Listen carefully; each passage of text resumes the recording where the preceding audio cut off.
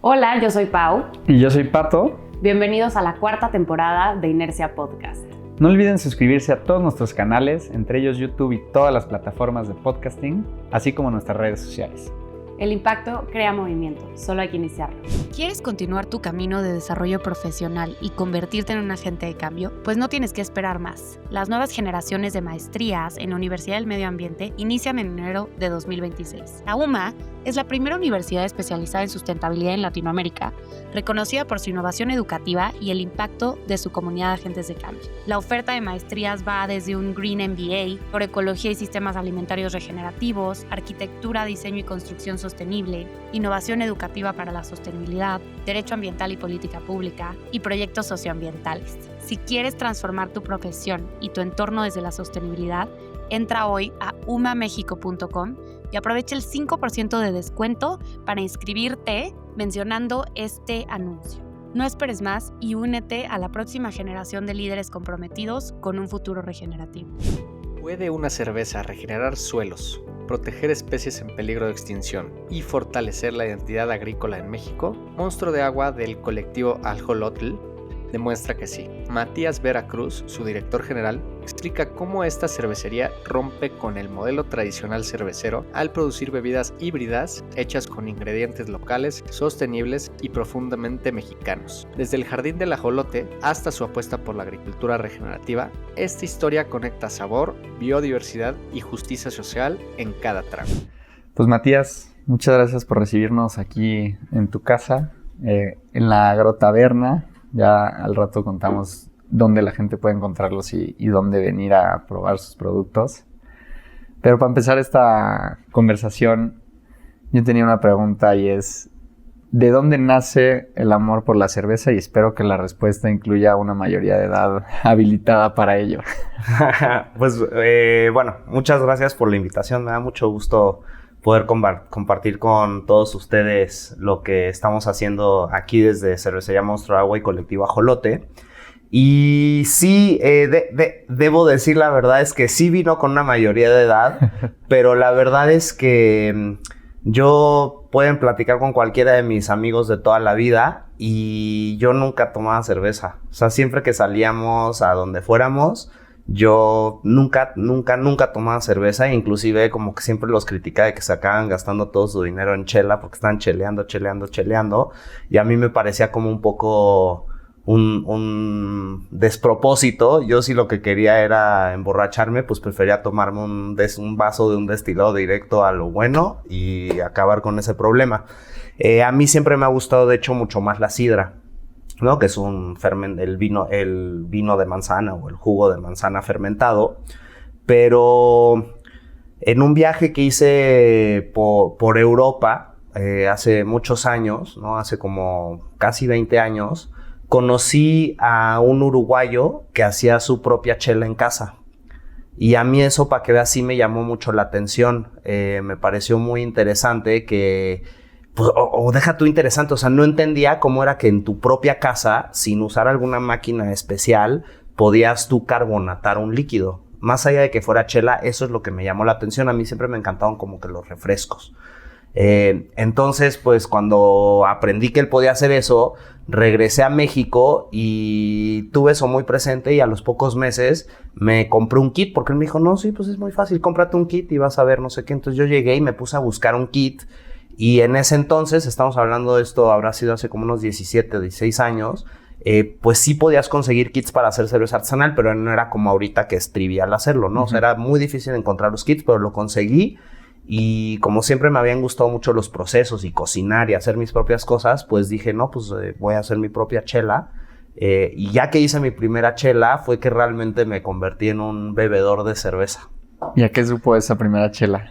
Pues sorprendentemente bastante bien, ¿no? Es interesante cómo realmente no es muy difícil hacer en tu propia casa una cerveza que sabe infinitamente mejor que cualquier cerveza industrial. Ya de ahí, es más, es tan fácil, sin trivializarlo, pero es tan fácil que pues mucha gente cae en la trampa de creer que pueden poner su propia cervecería y dedicarse a eso. Y así pasa. Y aquí estamos. Pues mira, voy a empezar por ahí. Ahorita mencionaba la cerveza industrial. Estuve revisando algunos datos para esta plática y si en algún momento alguno de estos datos es erróneo y quieres corregirlo, adelante. Claro. Pero México, 4º país a nivel mundial como productor de cerveza, ¿no? A nivel general. Y leía que también, o sea, es sorprendente que siendo el 4º, lo que no conocen los consumidores es que la mayoría de los productos que se producen aquí son importados, ¿no? Entonces, yo estoy viendo esa tendencia de, como dices, no hacerlo trivial, pero un mercado creciente de cerveza artesanal, pero donde también hay una dicotomía de, bueno, ok, sí es artesanal, pero ¿de dónde vienen los ingredientes? Entonces, me gustaría empezar por ahí, ¿no? O sea, ¿qué relación tiene como esa conexión de la industria con estos productos y la biocultura y agricultura en México? Ok.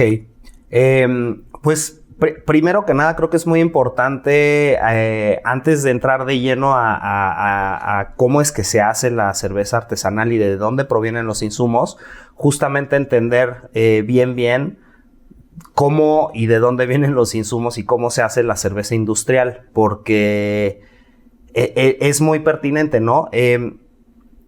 México es el principal exportador de cerveza en el mundo. Es el principal exportador de cerveza en el mundo. Es una locura. En efecto, hay países que producen mucha más cerveza que México, por ejemplo China, y pues tiene que ver también con sus tamaños.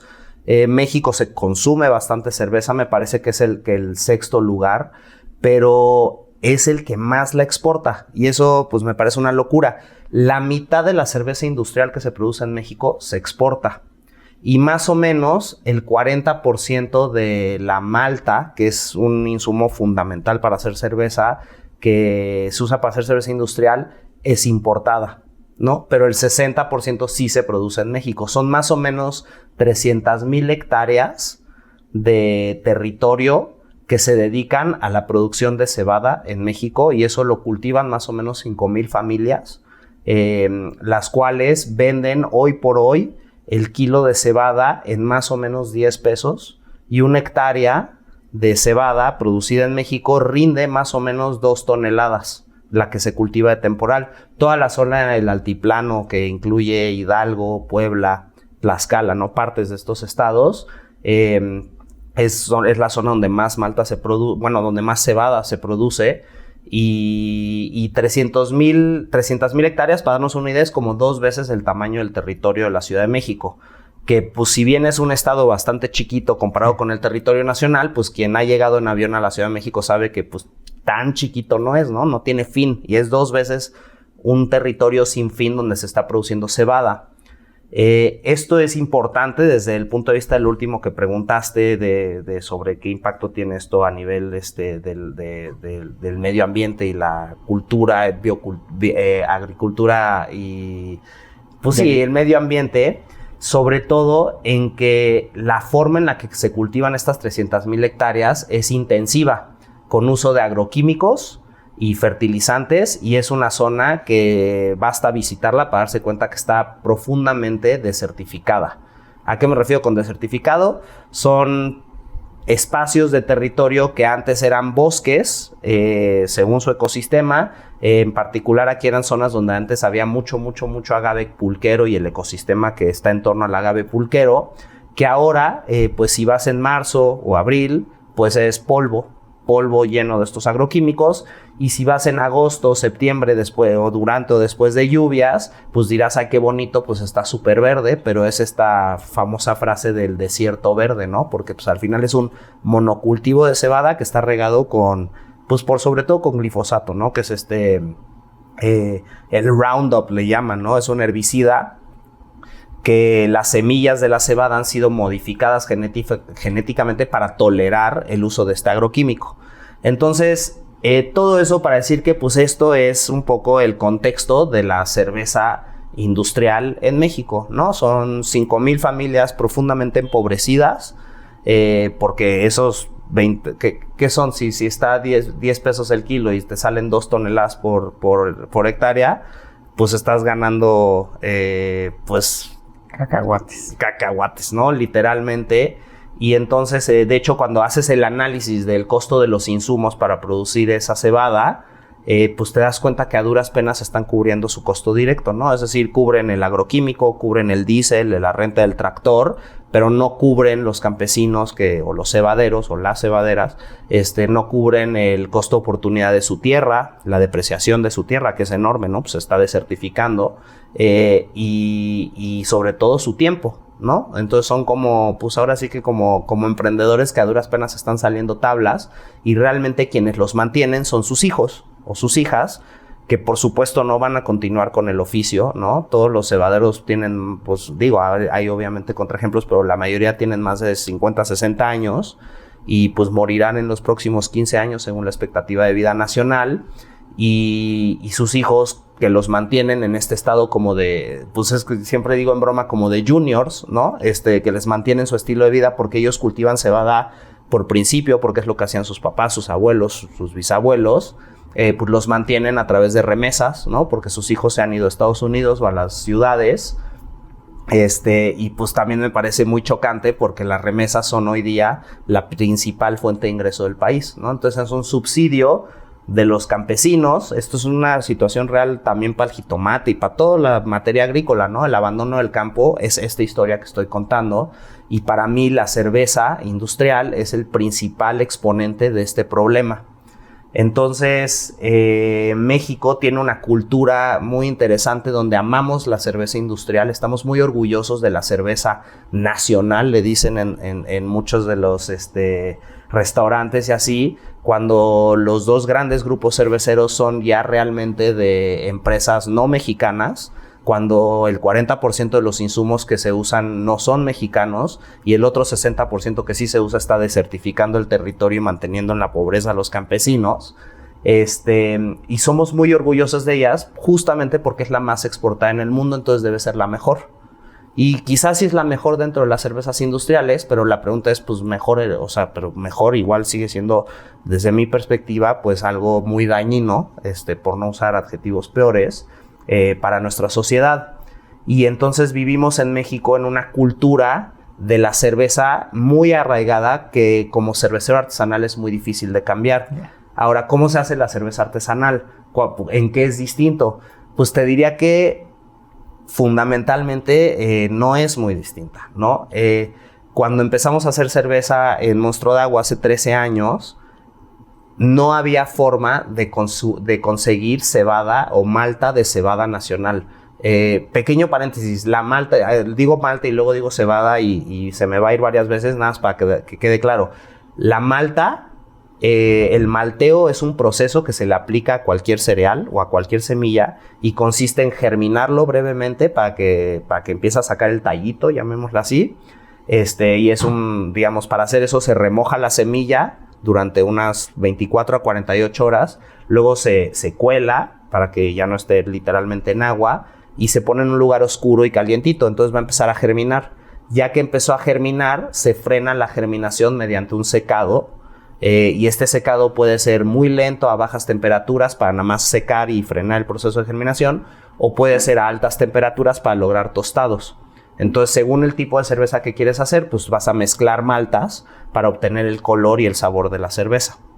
Entonces, la malta para hacer cerveza artesanal en México durante, diría que unos 8 años, o sea, apenas hace como unos 4 años empezaron a surgir micromalteros.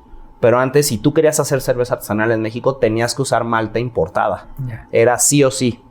Entonces, algo que diferenciaba mucho a la cerveza artesanal de la cerveza industrial hasta hace poco era que sí o sí toda la cerveza artesanal de hecho estaba hecha con malta importada, que algunos, insisto, dirán, no, pues eso no está bien, o sí está bien, o me da igual, y yo diría, pues, no obstante, aunque los insumos eran importados de toda la cerveza artesanal, el impacto socioambiental de la cerveza artesanal siempre ha sido infinitamente más positivo que el de la cerveza industrial, ¿no? ¿Por qué? Pues porque, pues para que se den una idea, existen, cuando empezamos a hacer cerveza artesanal en Monstruo de Agua, éramos 50 marcas, ¿no? Hoy día son más de 3,000. Entonces, eso pues te habla de la velocidad en la que ha ido creciendo este mercado.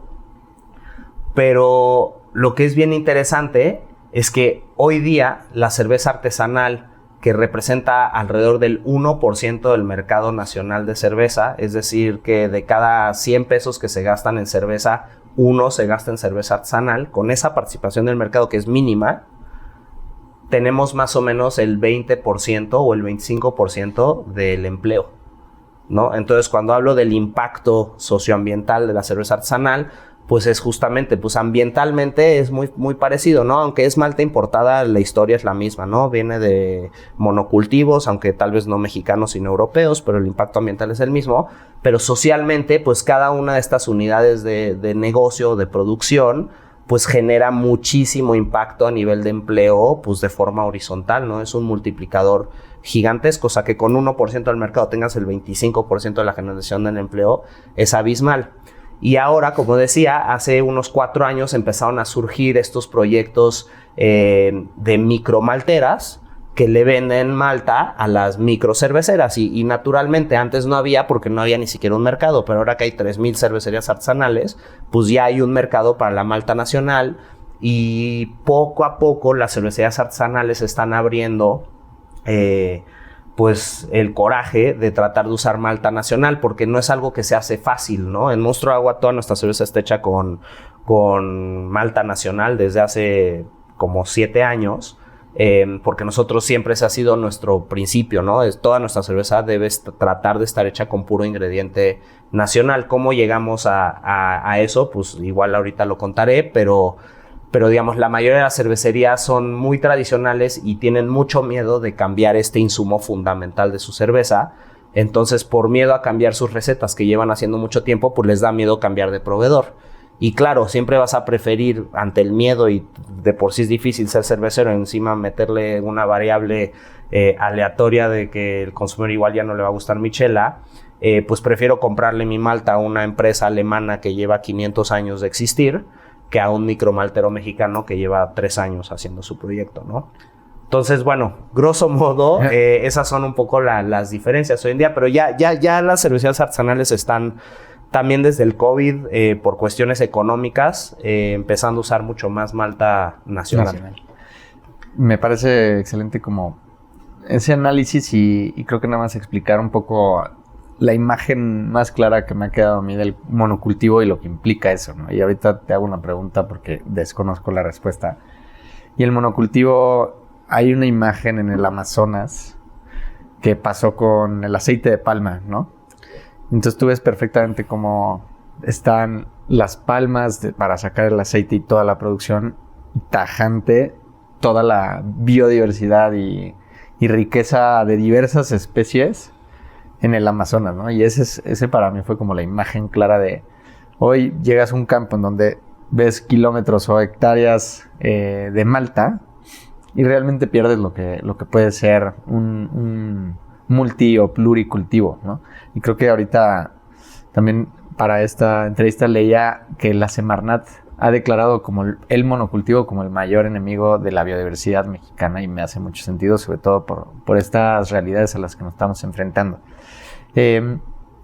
Yo quería preguntar, ¿la malta es originaria de México? ¿Viene de otros lugares? Sé que hay cervezas que también se hacen con otros cereales, entonces no sé si quieras contarnos pues cómo llegó la malta, si sí es de aquí y dos, ¿qué otras innovaciones está viendo con otros cereales que pudiera ser que contrarreste un monocultivo de pura cebada y pues retomar alguna otra práctica más regenerativa que sé que ustedes pues es poco de lo que promueven y quieren innovar en el mercado, ¿no? Claro, pues Monstruo de Agua nace con... Bueno, Monstruo de Agua es el primer proyecto de Colectivo Ajolote, que Colectivo Ajolote es básicamente una plataforma que creamos entre un grupo de amigos para colaborar en nuestros proyectos personales, teniendo como objetivo fundamental participar en la valorización del oficio campesino. Y como ya dije, por cuestiones de mercado fundamentalmente y de cómo hemos construido nuestro sistema alimentario en los últimos 60 años sobre todo, es un oficio que está en peligro de extinción. Ya nadie quiere ser campesino porque no hay una forma de vida viable ahí, y quienes lo hacen por amor al arte, ¿no? Entonces, cuando decimos que buscamos promover y participar en la valorización del oficio campesino, es importante que quede claro que no estamos buscando romantizar, infantilizar, ni nada de ese estilo, ni ninguno de esos adjetivos respecto al oficio campesino. Cuando hablamos de valorizar el oficio campesino, realmente lo que buscamos es crear condiciones de mercado que hagan más viable una forma de vida, ¿no? Entonces, Monstruo de Agua, cuando surge como proyecto, lo que decimos, como el eslogan, es que lo que busca Monstruo de Agua, más allá de este core del holding, que es Colectivo Ajolote, es promover la diversidad del terruño mexicano. Y hay que entender que el terruño es una palabra que dentro del mundo del vino es muy común, en otros aspectos no es tan común, y quizás como terruño nadie la reconoce, pero terroir sí, ¿no? Que es una palabra del francés que quiere decir literalmente terruño. Y a mí hay una frase que me encanta, que no es mía, que dice que el terruño es donde la cultura echa raíz, ¿no? Entonces el terruño no es solo la calidad de la tierra y que si es muy mineral o no es muy mineral, sino realmente el terruño es este pedazo de territorio donde hay una interacción entre la cultura humana y la diversidad biológica. Y entonces muchos sabrán que México se dice que es uno de los países megadiversos. Creo que es el número 12 en diversidad biológica. No sé qué lugar tenga México en diversidad cultural, pero también es uno de los países más diversos culturalmente. Hay más de 60 pueblos originarios que, aunque muchos dicen indígenas, pues en realidad entre ellos son completamente distintos y se reconocen tan distintos como un país se podría reconocer distinto de otro. Entonces, cuando tomas en cuenta el efecto cruzado de diversidad cultural con diversidad biológica, obtienes la diversidad biocultural. Y yo diría que México es quizás el país más diverso bioculturalmente hablando en el mundo. El único que quizás se le pone al tú por tú es Indonesia, donde también hay esta combinación de cosas. Pero por decir, Costa Rica, por ejemplo, que es un país muy diverso culturalmente, biológicamente, pues no es muy diverso culturalmente. Y ejemplo de ello, muy claro, es la cocina, ¿no? En México tenemos la cocina, pues quizás la más diversa del mundo, insisto, al grado de que es un patrimonio intangible de la humanidad, ¿no? Entonces, esto lo digo porque cuando nos metimos a la idea de hacer cerveza, y cuando digo promover la diversidad del terruño mexicano, pues entran miles de preguntas, ¿no? Que por supuesto voy a llevar a la que me hiciste de si la cebada es autóctona o no de México. Y de entrada lo digo, no. La cebada no es autóctona de México, ¿no? Pero en realidad muchísimas cosas que ya son típicas de la cultura mexicana tampoco son autóctonas. Sí, y voy a tomar ejemplos muy marcados, ¿no? El limón, ¿no? Que es creo que uno de los ingredientes más fundamentales de la dieta mexicana. No es mexicano, ¿no? No es autóctono de México, llegó de Asia. El cilantro llegó de Asia. Y cuando analizamos muchísimos ingredientes que ya son típicos de nuestra cultura y fundamentales en nuestra alimentación, llegaron sobre todo de Asia a través del proceso de colonización que empezó pues hace, digamos, como 500, 600 años, ¿no? Entonces, en Monstruo de Agua no tenemos esta noción de que lo importante es trabajar con agricultura autóctona o insumos autóctonos. No creo que eso es tan importante, y creo que de hecho eso es una noción un poco muy ad hoc de en qué momento decides que es importante medir el tiempo. Creo que las semillas y todas estas cosas se llevan moviendo por todo el planeta por decenas de miles de años, ¿no? Por mucho más tiempo que desde antes de Egipto, pues, y de Mesopotamia. O sea, se han estado moviendo semillas por todos lados. Y yo creo que lo importante es tratar con insumos naturales, o a mí me gusta decir endémicos, que mucha gente usa endémico y autóctono como sinónimo. Uh-huh. Pero para mí la gran diferencia es que autóctono es algo que viene de un lugar específico, ¿no? Por ejemplo, el ajolote es un animal autóctono del Valle de México, el Ambystoma mexicanum. Pero diría que no es endémico. Ya no es endémico. ¿Por qué no es endémico? Porque endémico es algo que puede crecer sin ayuda del humano. De hecho, es un concepto que depende del humano, lo de endémico. Es decir, el ajolote, si bien viene del Valle de México, ya no puede crecer solito sin ayuda de nadie en el Valle de México. Entonces, aunque es autóctono, no es endémico. Y del mismo modo, diría que en ese sentido, la tilapia, que fue introducida a los canales de Xochimilco, no es autóctona, pero pues sí es endémica, prolifera sin ayuda de nadie, ¿no? Habrá quien me debata estos conceptos y está bien, o sea, en realidad lo que estoy tratando es marcar un punto. No estoy sugiriendo que deberíamos de ponernos a hacer tilapias o yo qué sé.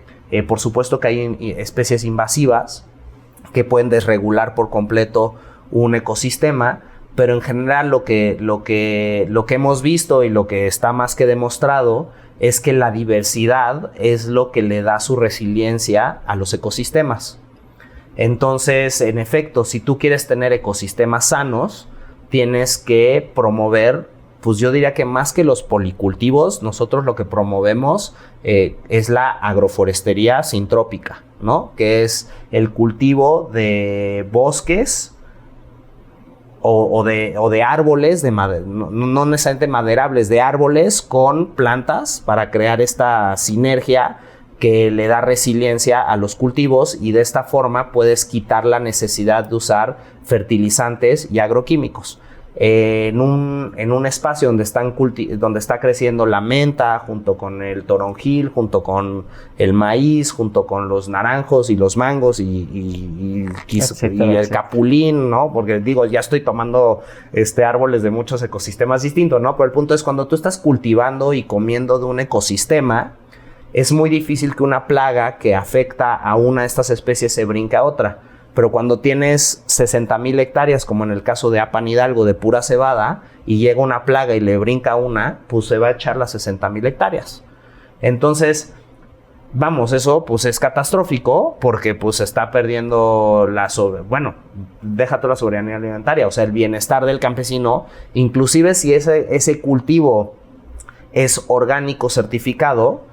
Todos los certificados de orgánico tienen una cláusula que dicen que si el campesino está en riesgo de perder toda su cosecha, puede usar ciertos agroquímicos, ¿no? Y entonces lo que nos encontramos es que aún los productos certificados muchas veces sí contienen agroquímicos porque aunque son orgánicos están creciendo en monocultivos y entonces hay un sesgo natural a que les peguen plagas a esas plantas y acaben cayendo en esta cláusula especial. La cláusula, ahora sí que la excepción a la regla se vuelve la regla, ¿no? Entonces eso es todo un tema. Entonces cuando digo que Monstruo Agua busca explorar y promover la diversidad del terruño mexicano, lo doy en un ejemplo. A lo largo de estos 12 años que llevamos a existir, hemos desarrollado más de 150 estilos de cervezas y otros fermentos que juntos representan más de 100 ingredientes cultivados en México con trazabilidad.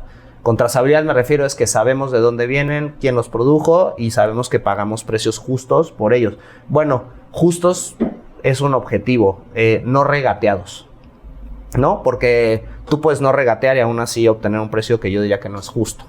Por decir, yo voy al mercado y me venden un manojo de hoja santa en 10 pesos, no regateo, y todos dirán, pues ahí está bueno, pero la verdad es que es justo que un manojo de hoja santa cueste 10 pesos, eso cuesta. Yo no sé, pero me suena que no, o sea, y la realidad es que el mercado ya está armado de una forma que la mayoría de los productos creo que caen en esta situación donde aún si no regateas, los precios no son realmente justos, no son sostenibles, no son sostenibles desde la perspectiva de garantizar que siga manteniéndose el oficio campesino. Son precios que solo pueden subsistir con el subsidio de los hijos de los campesinos a través de las remesas, ¿no? Entonces, mientras que las leyes de pureza alemana, que no es un invento mío, así se llaman, las leyes de pureza alemana que existen desde el siglo XVI, principios del siglo XVI, establecen que la cerveza solo puede estar hecha con 4 ingredientes: agua, cebada, lúpulo y levadura. Agua, cebada, lúpulo y levadura. La levadura la agregaron en 1850 y tantos, ya que Pasteur se dio cuenta que sin levadura pues no lograbas fermentar nada, ¿no? Entonces, pues yo lo que digo es, bueno, las leyes de pureza alemana, que es a lo que se apegan la mayoría, bueno, prácticamente todas las cervezas industriales, sin considerar todos los aditivos que usan, y prácticamente todas las cervecerías artesanales, que sin duda yo en general veo que no usan aditivos, y eso es algo que distingue a Monstruo Agua de ambas, ¿no? Tanto de las cervezas artesanales como de las industriales, es que pues esas sostienen un paisaje pues de desertificación, porque es un paisaje basado en el monocultivo. Si solo usas esos 4 ingredientes, dependes de monocultivos, sí, y es lo que estás promoviendo, la desertificación.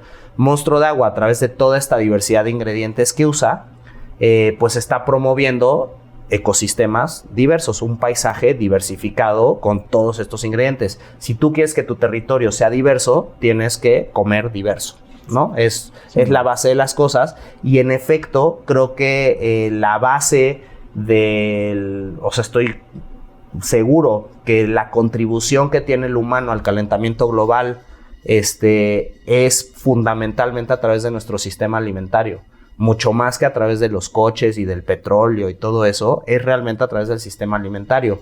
Inclusive, ¿no? Esto que se dice que las vacas y la carne son el principal contribuyente al calentamiento global, pues es también medio una falacia, ¿no? O sea, realmente lo que tiene el mayor impacto ahí no es tanto las vacas per se, sino lo que les damos de comer a las vacas. ¿Y qué les damos de comer a las vacas? Granos, ¿no? De monocultivo. La principal aportación a la desaparición del Amazonas es la tala para sembrar monocultivos de soya, para eso darle a las vacas. Si las vacas estuvieran comiendo pasto y así, no habría tanto tema, ¿no? Por eso pues, nosotros promovemos desde, ahora sí que no como cervecería, sino como proyecto, y aquí en la Agrotaberna, por ejemplo, servimos carne de ganadería regenerativa, ¿no? De carne de vacas que comen pasto, de Triple 5 es el proyecto que hace esto y que nos encanta, porque yo creo que es muy importante, ¿no? Que la ganadería sea de esta manera. Y bueno, a nivel muy personal creo que además pues al menos yo veo que yo soy más saludable. He intentado muchas cosas y me siento mucho más saludable cuando consumo carne, pero pues no si es carne que está alimentada de granos que están llenos de agroquímicos, ¿no? Yeah. Pero si es carne que come puro pasto y es libre, pues eso me hace sentir muy bien, y creo que moralmente pues está bien, ¿no? Y también reconozco que el humano, pues sí, o sea, existir en este mundo también implica, pues sí, matar, ¿no? O sea, tienes que comer algo, ¿no? Hay quien cree que no hay culpa en matar plantas, pero pues yo creo que eso nada más es reflejo de cómo no hemos entendido a nivel de conciencia realmente qué dañinas hay. O sea, las plantas están también llenas de miles de toxicidades, o sea, también se defienden pues, pero como no pueden correr y rasguñarte y morderte y lo que sea, pues más bien ellas tienen pues las famosas lectinas, ¿no? Que también nos intoxican, ¿no? Pero de una forma mucho más lenta, ¿no? Y lo que más tóxicos tiene de una planta son sus semillas, porque es lo que más defienden para que no se lo coman, ¿no? Y por ejemplo el gluten es un perfecto ejemplo de una lectina, que es un veneno que ahí está lentamente envenenándonos, y aunque no te mata por comértelo de un momento, pues sí va afectando, y hoy día hay una crisis pues muy grande en el mundo de los efectos que tienen estos tóxicos en nuestros cuerpos. Entonces, pues eso, ¿no? No creemos en el uso necesariamente de cosas autóctonas, y como ya dije, la cebada no es autóctona. La cebada históricamente se rastrea hay 2 tipos de cebadas, las 6 hileras y las 2 hileras, y las 6 hileras, que es la que mejor se adaptó a México, proviene como de la zona norte de África, ¿no? Que aquí, para no perdernos tanto en ese ingrediente, o sea, me pareció muy espectacular. Nunca había visto eso de las semillas, o sea, hacer esa conexión de los venenos que utilizan las plantas para defender las semillas. Y creo que has dicho muchos conceptos que ustedes promueven, entonces me parece muy oportuno hacer la pregunta obligada. ¿Por qué Monstruo de Agua y qué es Monstruo de Agua? Pues Monstruo de Agua, digo, es chistoso.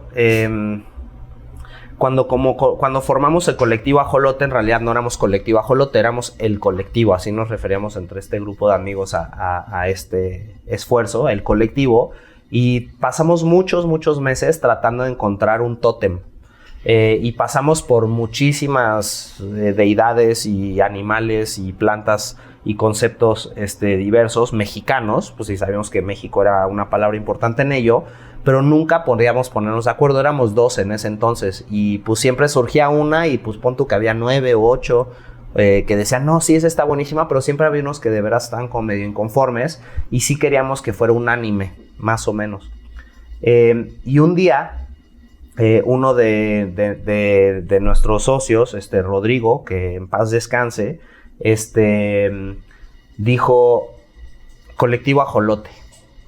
Y en ese momento nadie dijo nada y era un grupo de WhatsApp donde discutíamos todo y fue como dije, pues o a nadie le gustó o a todos sí, y nadie puso un pero y más bien todos empezaron, no, sí, y fue como un anime que colectivo Ajolote hacía sentido. No sabíamos bien por qué, era más algo que vino de nuestras entrañas, ¿no? He de decir que no, para nada quiero decir que nosotros pusimos de moda el ajolote, pero sin duda el ajolote hace 13 años no estaba de moda, como ahorita diría que claramente lo está, al grado de que ya inclusive está en los billetes, ¿no? Pero sí, como que era este animal que topábamos, que era muy mexicano, pero no entendíamos bien por qué. Y entonces, a raíz de elegir este tótem, que insisto, fue una cuestión más intuitiva, ahora viéndolo hacia atrás ha encajado perfectamente en la narrativa de lo que es Monstruo de Agua. Entonces, ¿cómo se conecta ajolote con Monstruo de Agua? Bueno, ajolote es una palabra que viene del náhuatl, axolotl, cuya etimología es atl xolotl, que significa literalmente, al traducirlo al español, monstruo de agua, ¿no? Atl es agua, xolotl es monstruo o perro, ¿no? Por eso el xoloescuincle. Y entonces, pues por cuestiones más bien, pues yo diría fortuitas, pero que en su momento fueron muy molestas, no le pusimos a la cervecería Ajolote. No se podía por cuestiones de marcas, ¿no? Y entonces tuvimos que usar otra, o sea, al colectivo sí era colectivo Ajolote, pero a la cervecería, que tenía que tener su propia marca registrada, pues no se podía registrar Ajolote en la clase 33, que es la que corresponde a las cervezas. Y entonces, buscando nombres, dijimos, no, pues Monstruo de Agua. Y Monstruo de Agua sí, la verdad es que generó un poco de roce dentro de los socios, porque a algunos les parecía que el que la palabra incluyera monstruo era como, pero eso no es bueno, y generó mucho debate, pero pues es que no somos monstruos, somos Monstruo de Agua y Monstruo de Agua es ajolote, ¿no? Entonces, pues al final nos fuimos con Monstruo de Agua y hoy día estamos muy felices. Yo prefiero infinitamente más el nombre Monstruo de Agua que ajolote, porque creo que ajolote al mismo tiempo se clava mucho como en esta noción justo náhuatl, que tampoco, pues, o sea, no, o sea, veme, ¿no? Yo sin duda no, o sea, vamos, mis papás no nacieron en México, y aunque, como decía Chabela Vargas, el mexicano nace donde se le da la rechingada gana, pues creo que hay muchos elementos de Monstruo Agua que no son autóctonos, ¿no? De la cervecería. Pues eso, y el ajolote o el monstruo de agua para nosotros representa 3 cosas fundamentalmente hoy día en nuestra narrativa. 1, México, y me gusta decir, es un animal que ha sido testigo del terruño mexicano desde mucho antes que el Homo sapiens, ¿no? Lleva existiendo en este terruño mucho más tiempo, la salamandra y esta en particular. Entonces es un símbolo de México que ha inspirado a todos los que han pasado por aquí, de los cuales sabemos, los prehispánicos, era una deidad fundamental. El dios Xolotl era el hermano gemelo y representante de la dualidad de Quetzalcóatl, así de importante era, ¿no? Luego, cuando llegaron los españoles, fue como, ¿qué onda con este animal que le cortas un pedazo y le vuelve a crecer? O sea, era muy intrigante, pero además lo ves y tú ves cómo se mueve en el agua, es muy enigmático, ¿no? O sea, es muy simpático, al mismo tiempo es muy sexy y ha inspirado a muchos artistas, ¿no? De Diego Rivera, Frida Kahlo y muchos más. Entonces, un representante de México con el que todos se identifican. Es un representante de la sostenibilidad por la ironía de que es un animal que está en peligro de extinción profundo. Yo diría está prácticamente extinto en vida silvestre, aunque nunca se va a extinguir en las peceras por lo sexy que es muy popular. Y es un símbolo de la regeneración, que son dos cosas, ¿no? Pero muy relacionadas. Es un símbolo de la regeneración por lo precisamente que puede regenerar cualquier parte de su cuerpo. Y pues para nosotros nos cae como anillo al dedo, pues porque lo que nosotros promovemos como el mecanismo para lograr la sostenibilidad socioambiental es precisamente la agricultura regenerativa, de la cual un ejemplo es precisamente la agroforestería sintrópica. Tienen ustedes un concepto, digo, ya hablamos de las leyes de pureza alemanas, y ustedes son rebeldes a esas leyes en algunos aspectos, sobre todo quizá en producción, quizá en esta conciencia, quizá irte un poco más allá de lo que dicta la norma, ¿no? Entonces, me gustaría entender qué es la cerveza híbrida, porque es un concepto que ustedes traen, y en qué sentido es rebelde a estas leyes, o qué están rompiendo ustedes como paradigma y cómo eso nos beneficia a nosotros como consumidores, ¿no? Claro. Pues justo, nosotros decimos que en vez de apegarnos a las leyes de pureza alemanas, lo que nos gusta es apegarnos a las leyes de impureza mexicanas, ¿no? Y México, pues como ya dijimos, es un país profundamente diverso, bioculturalmente hablando. Entonces, pues ya dijimos, las leyes de pureza alemana establecen que la cerveza solo puede estar hecha con 4 ingredientes. Cuando nosotros empezamos a hacer cerveza, no podíamos obtener ninguno de esos ingredientes de agricultura mexicana, ¿no? La cebada en particular, que es el ingrediente pues, más importante en términos de aportar las azúcares fermentables a la cerveza, tenía que ser importado. Entonces, automáticamente fue, no, pues si queremos hacer cerveza y además participar en la valorización del oficio campesino mexicano, pues vamos a tener que salirnos de las leyes de pureza alemanas, ¿no? Y entonces yo el momento eureka donde me pareció interesante y que hacía sentido hacer cerveza como un proyecto fue cuando entendí por fin, que fue como la tercera vez que hice cerveza, que la levadura le da igual de dónde vienen las azúcares. La levadura es un microorganismo que lo que hace es convertir azúcar en alcohol y en dióxido de carbono, ¿no? El dióxido de carbono es con lo que se carbonatan las bebidas y el alcohol pues es un residuo ahí que queda que pues al humano pues le ha encantado, ¿no? Y entonces cuando entendí eso dije, no, pues entonces voy a sustituir parte de la cebada, o sea, es decir, al inicio dijimos, pues ni modo, vamos a tener que usar malta importada, pero ¿por qué no reemplazamos parte de las azúcares fermentables de la malta con azúcares fermentables locales? En el mercado pues hay mango, hay mamey, hay aguamiel de maguey, ¿no? Hay muchas otras cosas y todas esas a la levadura pues con gusto las va a fermentar. Y entonces ahí surgió el concepto de cerveza híbrida, no como una innovación en realidad, o sea, no fue como, ¿cómo vamos a ser diferentes? Sino más bien, ¿cómo vamos a cumplir nuestro objetivo?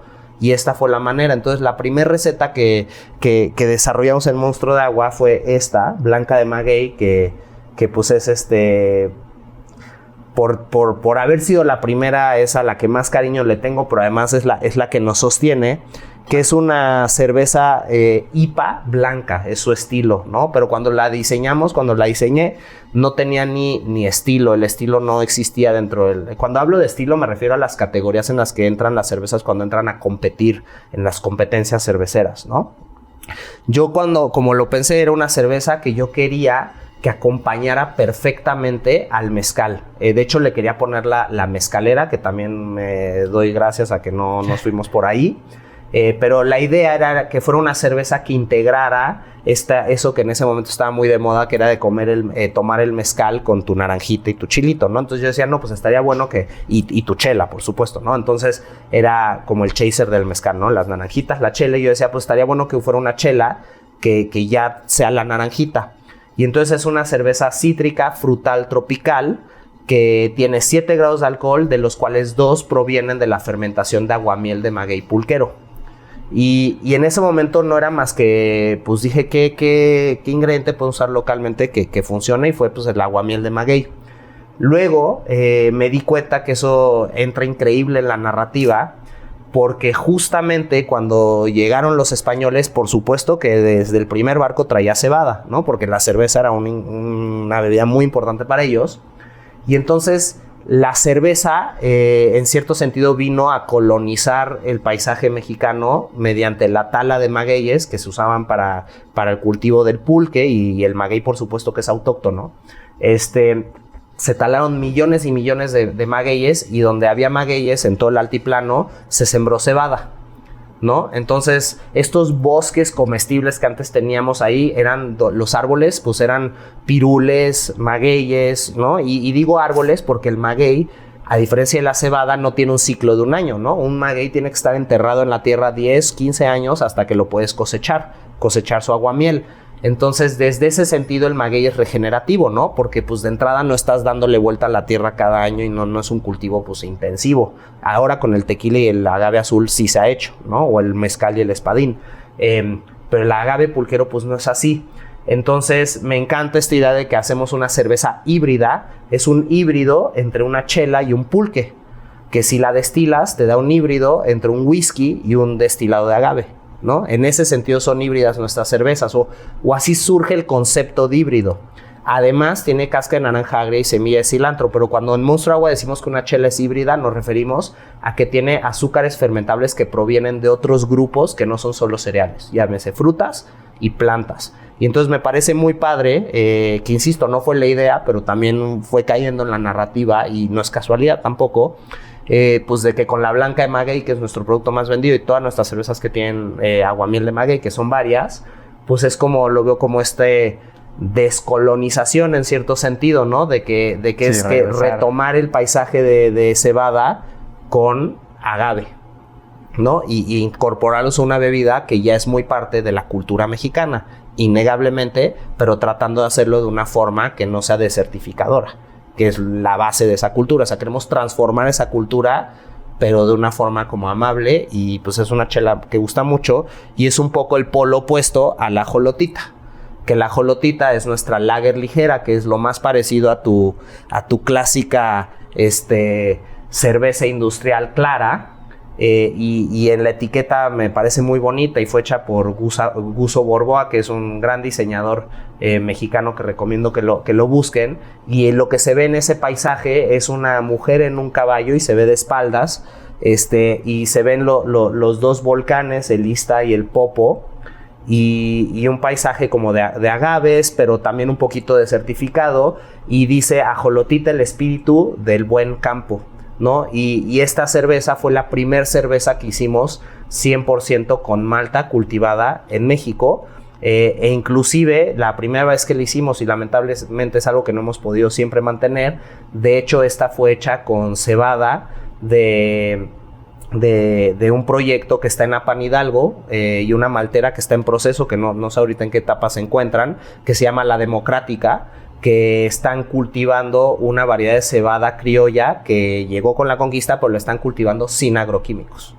¿no? Entonces, pues es una chelita también cero, se apega a las leyes de pureza alemanas, pero diría que en cierto sentido es nuestra cerveza más revolucionaria, precisamente porque como que tuvimos que pasar un camino de 12 años explorando con todos estos ingredientes para por fin llegar a poder hacer una cerveza que se apegara a las leyes de pureza alemanas y que siguiera todos estos principios de regeneración que promueve Monstruo de Agua. Hoy, ¿cuántas chelas tienen? Pues, como dije, hemos desarrollado más de 150 diversas, y entre ellas no solo son chelas. Por ejemplo, esta sidra Tecalco que desarrollamos con expendio de maíz es una sidra hecha con manzanas aquí de la cuenca del Valle de México. Hacemos hidromieles también, pero digamos que en un momento dado puedes encontrar más o menos entre 15 y 20 fermentos distintos bajo la marca Monstruo Agua, y además otro producto del colectivo Ajolote que lleva una marca que se llama Chinampa, son nuestros seltzers naturales, que no son marca Monstruo Agua, es otra marca.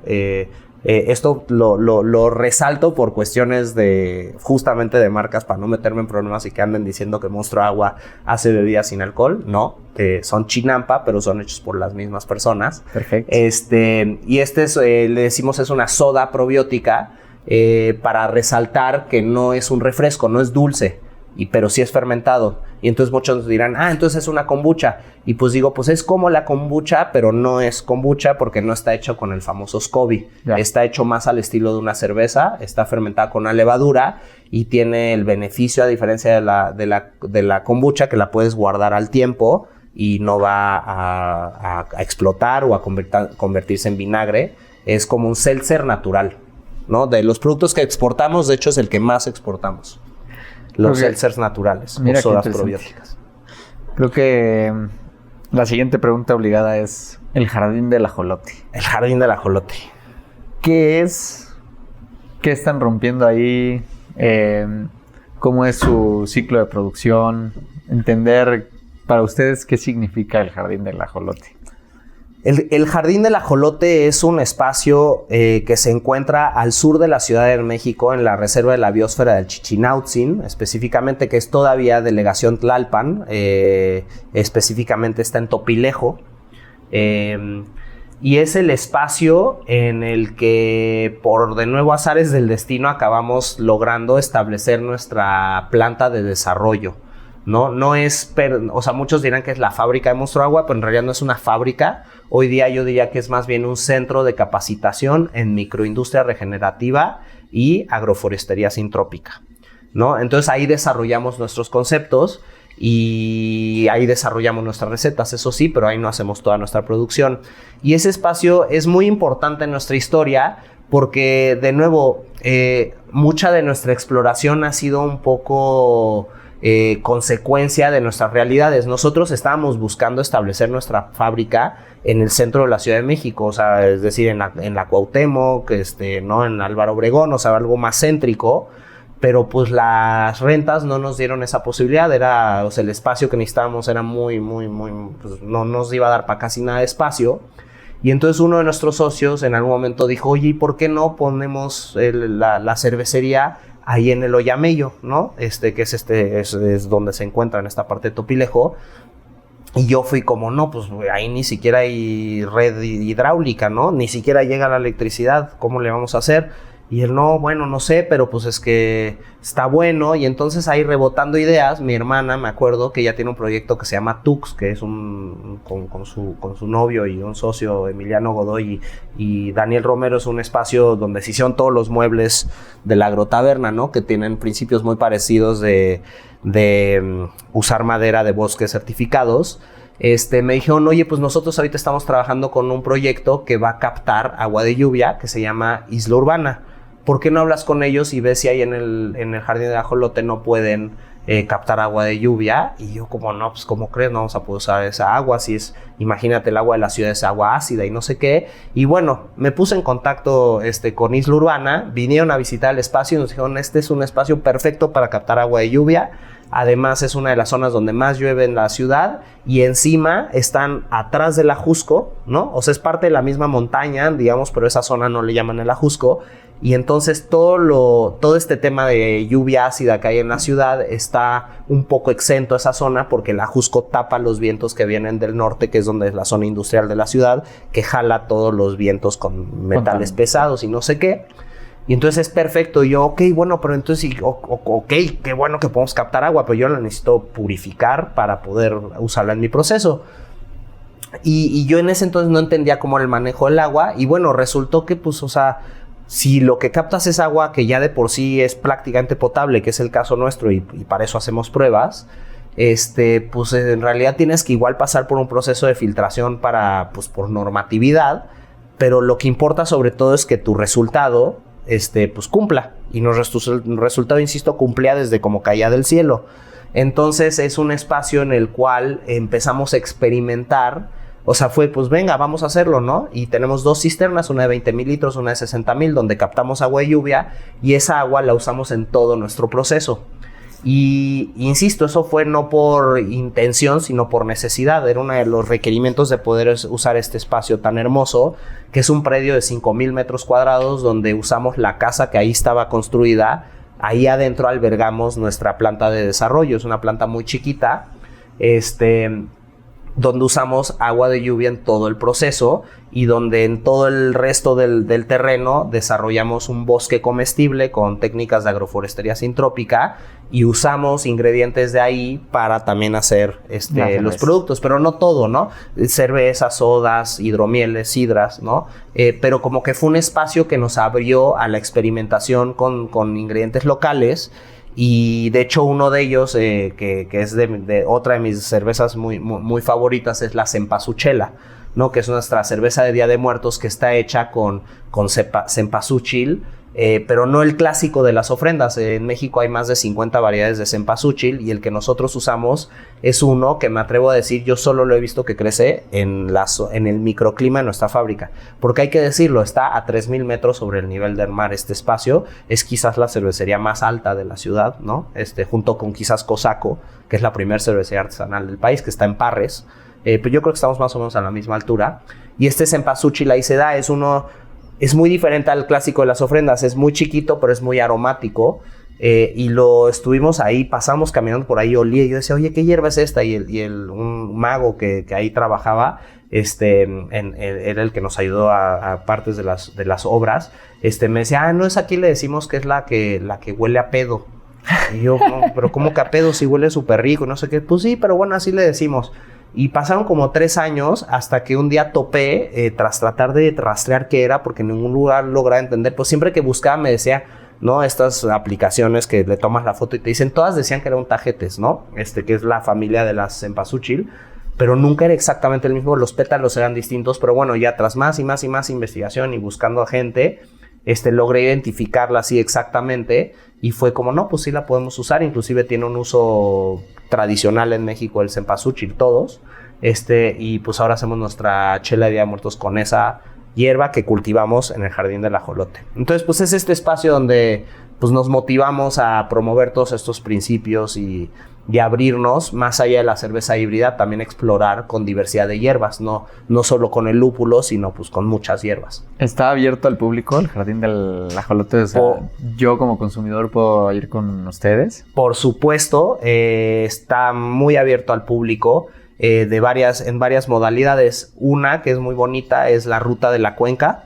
La Ruta de la Cuenca es un proyecto que busca promover la creación de una red metropolitana de calles completas, es decir, calles donde puede haber coches, bicis, peatones y técnicas para que los camellones realmente sean verdes y con eso logremos bajar las temperaturas de nuestras ciudades y tener una mejor interacción social en las vías públicas. Y este proyecto, con lo que hacemos en este proyecto es que hacemos rodadas que salen de la Agrotaberna a distintos puntos de la ciudad y uno de esos puntos es el Jardín del Ajolote. Es una rodada hermosa que se va todo por la ciclovía, porque de hecho el Jardín del Ajolote está junto a una ciclovía, y pues es un reto físico sin duda porque son 3 horas y media de ida y 2 de bajada. De bajada es hermoso porque es pura bajada y pasas justamente por toda la reserva de la biosfera del Chichinautzin. Es hermoso, les recomiendo a todos que lo hagan. Hacemos una al mes al Jardín del Ajolote y esa es una forma en la que nos pueden visitar. Si no se animan a venir en bici, no hay problema, también pueden venir en coche. Y para eso pues organizamos visitas privadas y públicas semanalmente. Y ahí aprenden todo sobre nuestro proceso de producción y también, insisto, sobre la agroforestería sintrópica, que es bien importante, y sobre la importancia del oficio campesino en la soberanía alimentaria. O sea, es como una visita muy completa y, por supuesto, incluye un almuerzo del comal por Bernarda, que es nuestra hermosísima cocinera que hace unas cosas verdaderamente deliciosas. ¿Es en bici de ruta? Yo tengo gravel, ¿no? Pero hay quienes llevan bici de ruta y quienes llevan bici de montaña, ¿no? Cualquiera de las 3 llega. Voy a apuntar a la siguiente. Es buenísima. Pues ya para ir como aterrizando la conversación, ¿cómo ves o sea, porque ahí al principio decíamos 1 de cada 100 pesos va a la chela artesanal. Uh-huh. Y pues de tener unas 150, no me acuerdo el número que dijiste, a hoy 3,000 marcas artesanales en México. Entonces, claro que hay oferta, ¿no? Y hay demanda y quizá ese peso va a ir creciendo poco a poquito. ¿Cómo ves el mercado de la chela artesanal en estos 5 o 10 años? Algo que te ilusione de cómo están cambiando estas prácticas, algo que estés viendo como focos rojos que deberían de cuidar tanto los productores como los consumidores, pero un poco esa perspectiva y panorama hacia adelante creo que sería interesante.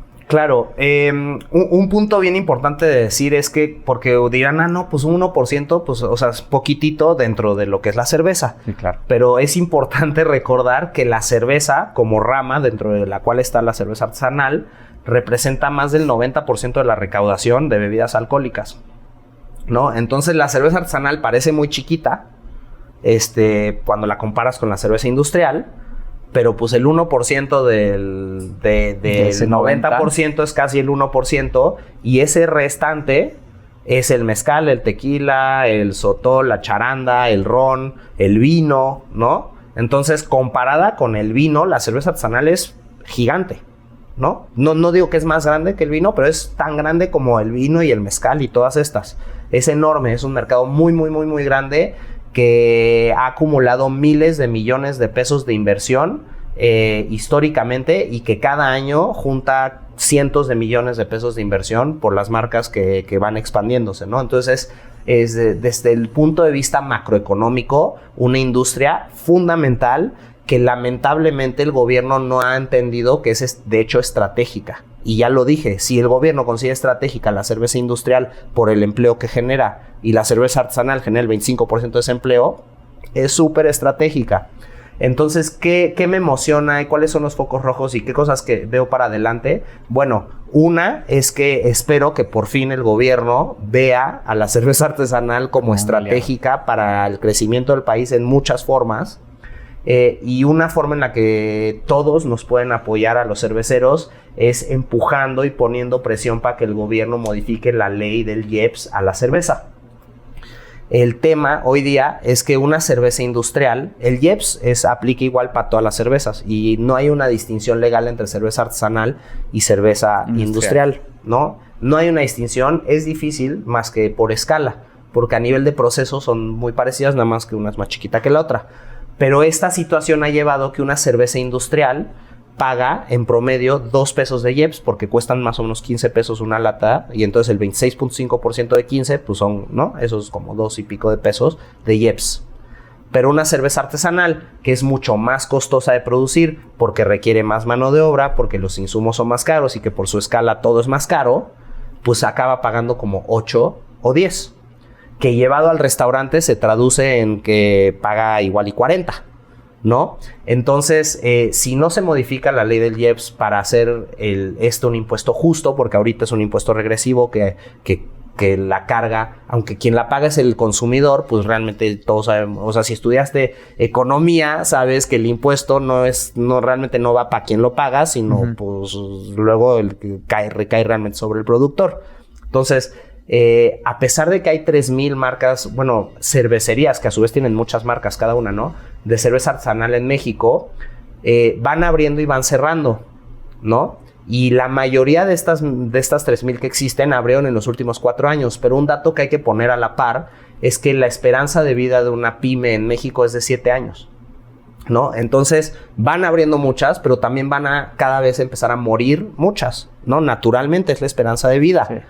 Y entonces, si juntamos ese dato con otro dato bien fuerte, y es que prácticamente ninguna cervecería artesanal del país es rentable, es decir, está en números negros, ninguna. No, yo no sé de ninguna. No, o sea, habrá alguna, pero es muy difícil rentabilidad hacer cerveza artesanal. Pues está claro que eso tiene que ver con el IEPS, ¿no? Si el IEPS lo cambiaran, probablemente los precios no bajarían mucho, pero las cervezas artesanales lograrían ser más rentables, y eso tendría un impacto gigantesco sobre los productores, y eso sobre el bienestar del país a través de la generación de empleo y el promover el consumo de productos que son mucho más saludables, porque la verdad es que a nivel de aditivos, la ley tampoco de etiquetado no te obliga a enlistar los ingredientes, aunque los cerveceros artesanales sí lo hacemos por orgullo. Pero si se fijan, ninguna cerveza industrial trae la lista de ingredientes. Y créanme que la cerveza industrial no se apega a las leyes de pureza alemana, ¿no? Entonces a mí me emociona pensar que se vaya sumando más público a empujar que cambie algo en el IEPS. Y bueno, y también me emociona y espero que, más bien eso, más que una emoción, me emociona que eso pase, pero ahorita es un foco rojo que si no cambia, pues vamos a mermar muchísimo esa industria y pues va a caer, ¿no? Y algo que me emociona es ver que los cerveceros artesanales se están abriendo a consumir o usar como insumo malta local, ¿no? Eso creo que es fundamental, pero de nuevo un foco rojo es que qué bueno que se está usando malta local, pero seguimos anclados en este tema del monocultivo, ¿no? Y la pregunta es cuándo realmente vamos a promover que se usen cultivos, pues policultivos y agricultura regenerativa dentro de nuestros cereales. Hace rato me preguntaste qué cereales se pueden usar en la cerveza. Realmente puedes hacer cerveza con cualquier cereal, ¿no? Y cualquier cereal se puede maltear, y si lo logras maltear, pues ya lo puedes usar de insumo. Pero bueno, también estamos muy arraigados en que nos gusta nuestra cerveza de una forma que nos vienen enseñando pues durante cientos de años, ¿no? Que es la clara y la oscura, ¿no? Cuando en realidad el mundo de la cerveza es policromático, aun cuando no te sales de las leyes de pureza alemana. Entonces, pues eso, creo que es una industria pujante, que quienes las llevan adelante son personas profundamente apasionadas y comprometidas con nuestro país, que en general toman las mejores decisiones cuando se les ponen sobre la mesa, pero por lo precario de la industria, al final somos más o menos como campesinos, ¿no? Es un paso muy pequeño entre cultivar y producir cerveza, pues hacen muy averso al riesgo también tomar estas buenas decisiones, ¿no? Y hay que dar ese empujón para que podamos hacerla una industria todavía más positiva para el país y para el planeta. Y si la gente quisiera comprar, la Agrotaberna está aquí, no me acuerdo qué número es. Ámsterdam 46, Colonia Condesa, Cuauhtémoc. Y pueden comprar en línea. ¿Dónde los pueden comprar físicamente sus cervezas, productos, los fermentados? Ya sé que el Jardín del Ajolote está en Tlalpan y ya escucharon la de las rodadas o eventos privados. Pero claro, el producto entonces nuestras cervezas las pueden consumir en la Agrotaberna, que es un apoyo directo muy importante para nosotros porque es donde nuestro margen, por supuesto, es mejor. También pueden comprar aquí para llevar, también a través de nuestra tienda en línea que pueden encontrar en monstruodeagua.mx. Pueden hacer pedidos a domicilio a cualquier parte de la República. También la verdad es que nos pueden contactar por el WhatsApp que aparece en Google Maps o en el Instagram o en la página web, y ahí también podemos coordinar el envío si nada más no se logran entender con las páginas web, ¿no? O sea, realmente pues somos una empresa de menos de 20 personas, tenemos caras, ¿no? Y buscamos hacer todo lo necesario para que puedan tener nuestros productos. Tenemos mucha variedad, y pues creo que todas son bebidas que vale mucho la pena probar. Y también por esos medios pueden coordinar las visitas al Jardín de Ajolote, etcétera.